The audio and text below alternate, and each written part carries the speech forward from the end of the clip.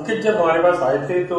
उनका कंप्लेंट था कि साहब मैंने हेयर ट्रांसप्लांट करवाया हुआ है और मैं कैप नहीं हटा पाता हूँ, which was very unusual for us. तो जब अंकित को हमने एग्जामिन किया तो हमने देखा कि डेफिनेटली जो उनका हेयर ट्रांसप्लांट का रिजल्ट था वो एक बहुत ही अननेचुरल रिजल्ट था। जो बाल थे माथे के बहुत नीचे से लगाए गए थे, उनका डायरेक्शन जो था बालों का बिल्कुल वर्टिकल था, ऊपर की तरफ जाता हुआ। और अगर आप डेंसिटी भी देखेंगे तो बहुत ही पुअर डेंसिटी में बाल लगाए गए थे, जिसकी वजह से एक बहुत अननेचुरल लुक आता था और अंकित कभी भी कॉन्फिडेंट फील नहीं करते थे और वो कैप पहन के रखते थे। टॉप व्यू पे जब हम देखेंगे तो ऐसा लगता ही नहीं है कि हेयर ट्रांसप्लांट हुआ है और बॉल्डनेस में कोई डिफरेंस है, कोई नए बाल नहीं दिखाई देते हैं। इसके बाद जब हम साइड व्यू देखते हैं अंकित का, राइट और लेफ्ट साइड का, राइट साइड का अगर देखते हैं तो और अच्छे से हमें दिखाई देता है कि जो बाल है माथे पे वो बहुत नीचे से लगाए गए, उनका डायरेक्शन बिल्कुल गड़बड़ा था और एक बहुत ही अननेचुरल अपीयरेंस अंकित के फेस को दे रहे थे, दोनों राइट व्यू में, लेफ्ट व्यू में और फ्रंट व्यू में, जिसकी वजह से कि वो कॉन्फिडेंट फील नहीं कर रहे थे और कैप पहन के रखते थे। ऐसे केस में डेफिनेटली जब हमारे पास आए थे पेशेंट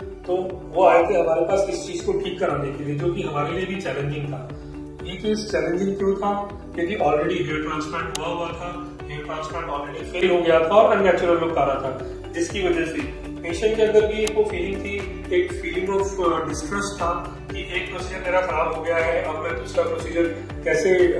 ठीक करवा पाऊंगा। सबसे बड़ा चैलेंज हमारे लिए इसमें था वो था कि अंकित के माइंडसेट को समझना, क्योंकि अंकित ऑलरेडी एक हेयर ट्रांसप्लांट करा चुके थे और जब हमने डिस्कशन किया अंकित से तो हमें पता लगा कि अंकित को यही नहीं पता कि कौन डॉक्टर थे हेयर ट्रांसप्लांट करने वाले, किस टेक्निक से उनका हेयर ट्रांसप्लांट हुआ है और कितने ग्राफ्ट लगे, जो कि काफी सरप्राइजिंग चीज थी। उसके बाद जो चैलेंज सबसे बड़ा हमारे पास था वो ये था कि अंकित का जो ट्रस्ट था, जो वो लूज कर चुके थे किसी भी तरह से, हर तरह से हेयर ट्रांसप्लांट में और हेयर ट्रांसप्लांट करने वाले डॉक्टर्स में, उसे वापस लाना,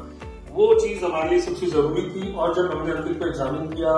जब प्रोसीजर से पहले काउंसलिंग की, उसमें बहुत सारी चीजें उनकी हमने क्लियर की, उनके डाउट्स क्लियर किए, उन्हें समझाया कि कैसे होता है हेयर ट्रांसप्लांट। और उस काउंसलिंग के दौरान ही अंकित एक ट्रस्ट वापस डेवलप कर सके और एक हिम्मत जुटा सके वापस हेयर ट्रांसप्लांट करवाने की। इसके अलावा और जो चैलेंजिंग चीज थी एज अ डॉक्टर हमारे लिए अंकित के केस में वो ये थी कि ऑलरेडी एक हेयर ट्रांसप्लांट हो चुका था, हेयर लाइन अननेचुरल थी, उसे नेचुरल करना था, पूरा जो एरिया ऑफ बॉल्डनेस था उसमें कहीं बाल नहीं थे, वो पूरा कवर करना था। उसके अलावा एक बार हेयर ट्रांसप्लांट होने की वजह से डोनर एरिया में भी कुछ बाल कम हो गए थे। सो इन सब चैलेंजेस को हमने एग्जामिन करके प्रॉपर एक असेसमेंट करके अंकित के लिए ट्रीटमेंट प्लान बनाया और अंकित का हेयर ट्रांसप्लांट प्लान किया। सो प्रोसीजर में सबसे जरूरी चीज, जो सबसे इम्पोर्टेंट पार्ट था वो था अंकित का हेयर लाइन को रिवाइज करना। हेयर लाइन जो बहुत नीचे आई हुई थी फोरहेड पे, जो कि बिल्कुल अननेचुरल थी, जिसमें की डायरेक्शन बिल्कुल अननेचुरल लग रहे थे हेयर ट्रांसप्लांट के बाद, उसी को एक एज अप्रोप्रिएट, फेस अप्रोप्रिएट और एरिया ऑफ बॉल्डनेस के हिसाब से, ग्रेड ऑफ बॉल्डनेस के हिसाब से हमें उसको हेयर लाइन को वापस सेट करना था, फेस पे उसको लिफ्ट करना था ऊपर की तरफ, एक प्रॉपर एम पैटर्न लुक देना था अंकित को, जिससे कि वो नेचुरल लुक दे सके, नेचुरल लग सके और एक सक्सेसफुल हेयर ट्रांसप्लांट अचीव कर सके। तो हेयर लाइन डिजाइन करने के साथ हमें प्रोसीजर में हमारे लिए चैलेंज क्या था कि जो अननेचुरल और नीचे लगे हुए हैं स्लैब के अंदर, फोरहेड के अंदर, उन्हें एक्सट्रैक्ट करना हेयर लाइन डिजाइनिंग के साथ साथ। सो हमने वो भी एक्सट्रैक्ट किए प्रोसीजर के दौरान। हेयर लाइन डिजाइनिंग के बाद जब हमने प्रोसीजर अंकित का प्लान किया तो बिकॉज अंकित का एक प्रोसीजर ऑलरेडी हो चुका था और प्लस वो ग्रेड 5 थे, हमारे ग्राफ्ट की रिक्वायरमेंट ज्यादा थी, तो ऐसे केस में हमने डिसाइड किया कि अंकित का हम FUT और FUE दोनों प्रोसीजर्स कंबाइन करके करेंगे, जिससे कि हमें जो ग्राफ्ट मिले वो ज्यादा से ज्यादा मिल सके सेफ एरिया से, और जो दोनों टेक्निक्स हैं उनके एडवांटेजेस हम यूज कर सके, जिससे कि डोनर एरिया भी हार्वेस्टिंग के बाद, ग्राफ्ट निकालने के बाद बिल्कुल नॉर्मल लगे, बिल्कुल नेचुरल लगे, कहीं भी ऐसा नहीं लगे कि कहीं से हमने बाल निकाले हुए। इन्हीं सब चीजों को ध्यान रखते हुए हमने अंकित का प्रोसीजर प्लान किया, एक artistically design hairline plan की,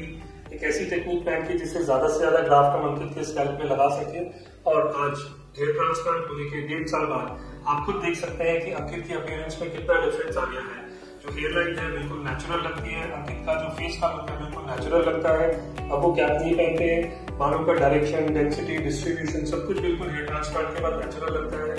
अगर आप साइड में देखेंगे तो जो डायरेक्शन है बालों का और जो टेम्पोरल ट्रायंगल्स है वो भी बिल्कुल नेचुरल है। सो अब साइड व्यू में अगर हम देखते हैं तो अंकित की हेयर लाइन बिल्कुल नेचुरल लगती है, डेंसिटी बिल्कुल नेचुरल है, बालों का डायरेक्शन बिल्कुल नेचुरल है, और अगर हम टेम्पोरल ट्रायंगल्स भी देखें तो वो भी बिल्कुल नेचुरल अपीयरेंस देते हैं। और अंकित का कॉन्फिडेंस अब बहुत बढ़ गया है और वो कैप वगैरह भी नहीं पहनते। इसके अलावा जब हमने इतने ग्राफ्ट एक्सट्रैक्ट किए